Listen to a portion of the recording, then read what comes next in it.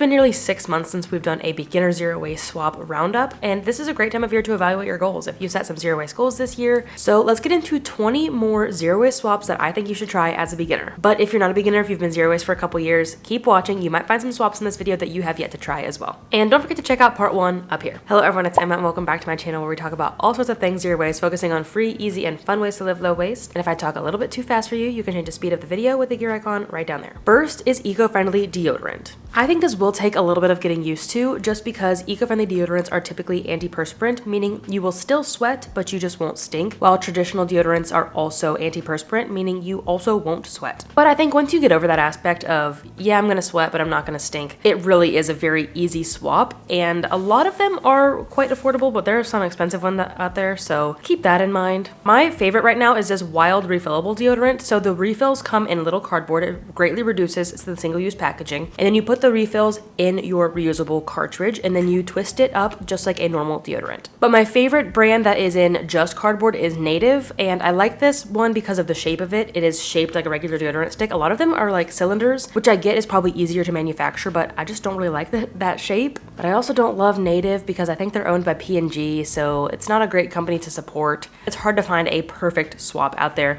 I will leave more brands in the blog post that goes along with this video, and if you want to hear my full thoughts on zero waste deodorant, you can check out this video. I can't believe this didn't make it into part 1, and that is bar soap. Bar soap for everything. There's bar soap for cleaning, there's bar soap for shaving, body wash, shampoo, conditioner, face wash, dish soap. There's a soap bar for everything. And I love this swap because it greatly cuts down on single-use packaging as well as not recyclable packaging. Yes, a lot of these come in plastic bottles, but plastic is rarely recycled, when instead paper packaging that you will get bars in is recyclable or compostable. It's also waterless, meaning that the emissions is greatly reduced because it's not as heavy, and it's also smaller, meaning you can fit more on a truck or a semi or a plane. There are so many benefits to using bars, as well as they typically last longer. I still do like it. I also really like shave soap bars. My favorite is from Badger. Again, I got mine on Earth Hero. You simply just put it in a little bowl, rub it around with a brush, a wet brush, and then you apply it to your face, your legs, wherever you're shaving, and it works just like normal. My personal favorite shampoo bar is from the Coconut Crush. It's a small brand that I found in Las Vegas, and it suds so well. It smells so good. My hair is so soft when I use that bar. I'm not a really big fan of conditioner bars, but in the past I have tried ones from Etique and High Bar. High Bar also has a good shampoo bar too. Lotion bars also exist. For lotion bars, I believe Etique is my favorite as well. Again, not my favorite swap. I prefer the liquid, but if you want to try one, try the one from Etique. There's also perfume and cologne bars. Solid perfume and cologne. I found one from Lush. I have never tried it, but I put it on the list in case you want to try it. Oh my gosh, another one that easily should have been in the first video, that is a library card. Library cards are amazing, and yes, they are a zero waste swap. Instead of everybody going out and buying a bunch of brand new books, we're all borrowing the same book. Just one book that everybody gets to borrow. It greatly reduces the amount of books that are created, disposed of, forgotten, destroyed. So they provide free physical books that you can borrow, but also digital books that you can borrow, which is also eco-friendly by using the digital version. You can also borrow things like magazines, board games, video games, movies. You can borrow their computers and their printers. Libraries are so amazing. Some of them also will like borrow out sewing machines, lawn equipment, tools. I could talk about libraries in full in its own video, but I'll leave you with that for now. They're totally free and they can help you reduce a lot of waste and save a lot of money. The next one is a skill that I think everybody should learn, particularly beginners, and that is learn how to mend. You don't have to learn how to like cut apart a whole garment and re-sew it back together and make it fit you. I'm just saying, learn how to fix a hole and learn how to fix a button. Very, very basic mending. Because this can save a lot of waste by not having to throw away as many garments per year, and also will save you money by not having to buy as many garments per year. And there are other options. If you can't sew, if you don't have the time to learn how to sew, you can take it to a seamstress and just have them get it repaired. You can ask a friend to do it for you. And if you don't think that you can learn on your own, there are always so many sewing classes out there depending on where you live, at your local craft stores, at your local fabric stores. Just look around. Okay, this next one is kind of leaning into intermediate, I think, and that is zero waste period swaps. And it's leaning into intermediate because it depends on which period swap you try. I think there are some that are very beginner friendly that don't really take any learning or effort or money, and there are some that are a little bit difficult to learn or expensive. So you can check out my full zero waste period playlist up here for details, but in short, there are, I think, 5 general low waste period options. We'll start with, I think, the easiest, and that is applicator-free tampons. They're not zero waste, but they are low waste because they greatly reduce the amount of waste that you're creating because there's no applicator, there's less packaging, but there's no learning curve. If you already use tampons, you don't have to learn any new skills. And generally, they're cheaper because it's less material. Next, I would say is reusable pads and period underwear. They're kind of tied for the middle because period underwear can get expensive, but they're so easy to use. And reusable pads, so easy to use. Just like disposables. The only difference is you take them off, you wash them, you reuse them again. Other than that, there's really no learning curve with either of these.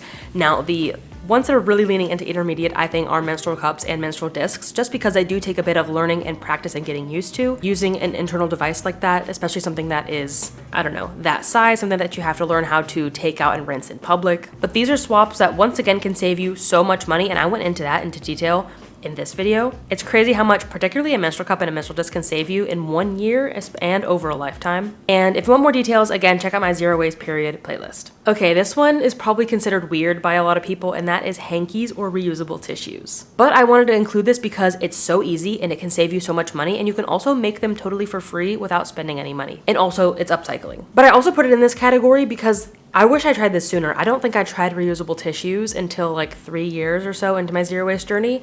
And I wish I tried it sooner because they're so easy. It's really not that disgusting. And they're so multi-purpose. I not only use them for my nose, but I also use them to take off makeup. I use them to wipe off my reusable floss pick. I use them to clean the mirror in the bathroom. My favorite brand, if you're going to buy a brand new option here, is Bodhi. I really, really love them. They're so soft. They have cute cases and everything. But they're also just super, super easy to make on your own. I like to crop a lot of my shirts. I don't have any. And I'll usually be left with like a 3 or 4 inch band at the bottom of those shirts that I crop, and I'll just cut those into squares. No sewing required, and now I have some reusable tissues. You can just use any old t-shirt will do. I feel like composting is really talked about with intermediate and advanced people, but it's totally feasible if you're a beginner, especially if you have access to curbside composting.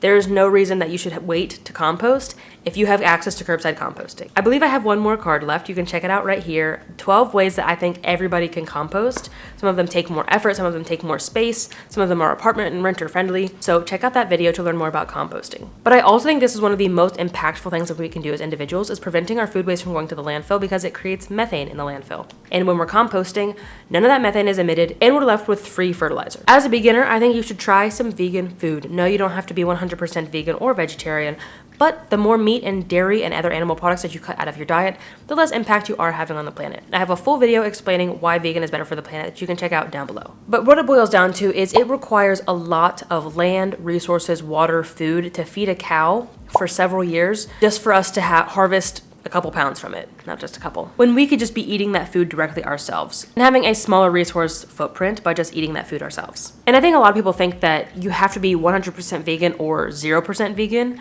when in reality, you can have one vegan meal a day. You can have one vegan day a week, one vegan meal a week even. It doesn't have to be a lot. So as a beginner, I challenge you to try a vegan meal here and there. Next time you go out to a restaurant, try their vegan option and just learn that it's not weird, it's not gross, it's really not all that different than what you're used to eating. And who knows, maybe you'll try a new food and you'll end up liking it. This one is so important, and that is to learn what greenwashing is and how to spot it and how to avoid it. Good news for you, I have a lot of resources on greenwashing. They will all be linked down below, 2 videos as well as a free downloadable guide that you can get on your phone and always have handy. And I think this is really important for beginners to learn instead of learning all about zero waste and then several years later learning about greenwashing and then realizing that you were falling for greenwashing and not actually supporting eco brands this whole time. When instead, learn about greenwashing up front, learn what a real eco brand is, and support those real eco brands and avoid the greenwashing ones. Another swap that I talked about in that this is how much money zero waste living can save you video is coffee and tea. If you honestly just switch to a French press, French presses are very affordable. They can save you so much waste and money as well by buying loose leaf tea, by not having to buy coffee filters, by not having to buy tea filters, by not having to buy expensive non-recyclable K-cups. This is the most eco and most affordable way to do your coffee and tea at home. And if you decide to go out for a drink, don't forget to bring your reusable cup with you. This might be my favorite zero waste habit of all time, and that is line drying clothes. I love it. I love the extra opportunity it allows me to get outside.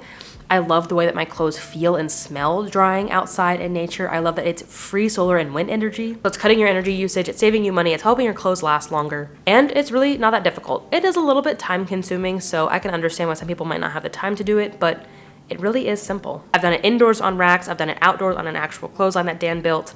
There are many different ways to dry your clothes without using a drying machine. Before you go to the grocery, plan your grocery list. Don't just go to the grocery store blind. Maybe this is just me and being very particular about things.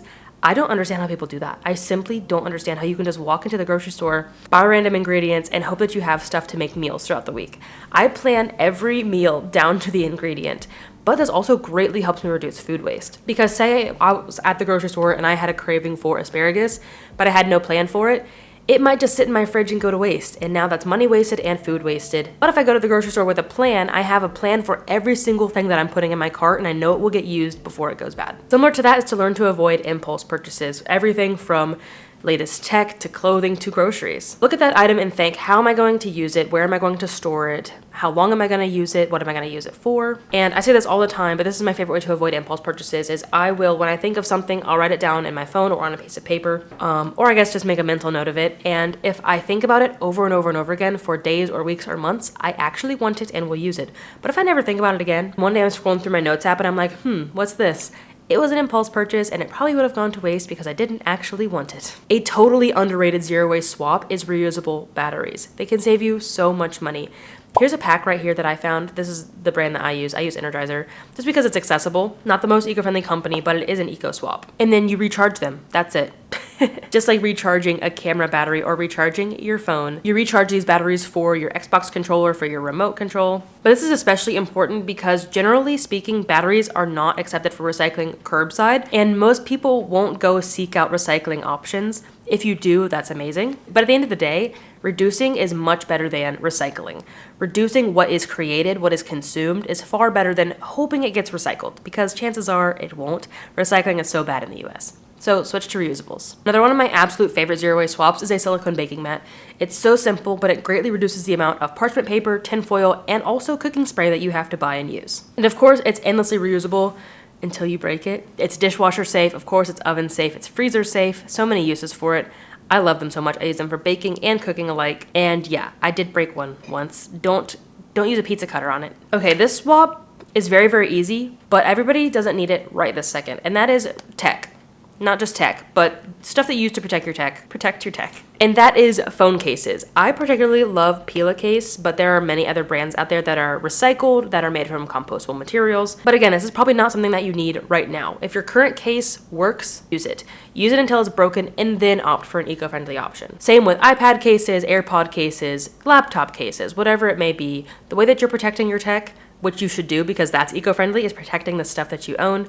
Do it in an eco-friendly way. You can also opt for plastic-free makeup. I have a couple brands that I like. Let's see. For like lips, eyes, and blush, it's Axiology. They have a multi-purpose stick that's different colors for all different parts of your face, and it's totally plastic-free. I like Zara & Co. for my mascara. It comes in glass. I believe they do refills, and it's made with clean ingredients. And then I think they have some eyeshadow as well, but for highlighter and like contour is Fat and the Moon. They come in these little tiny cute glass jars, the cutest glass jars I've ever seen. And the best part is they are, again, all plastic free, usually made with much better ingredients for your body as well, and the planet.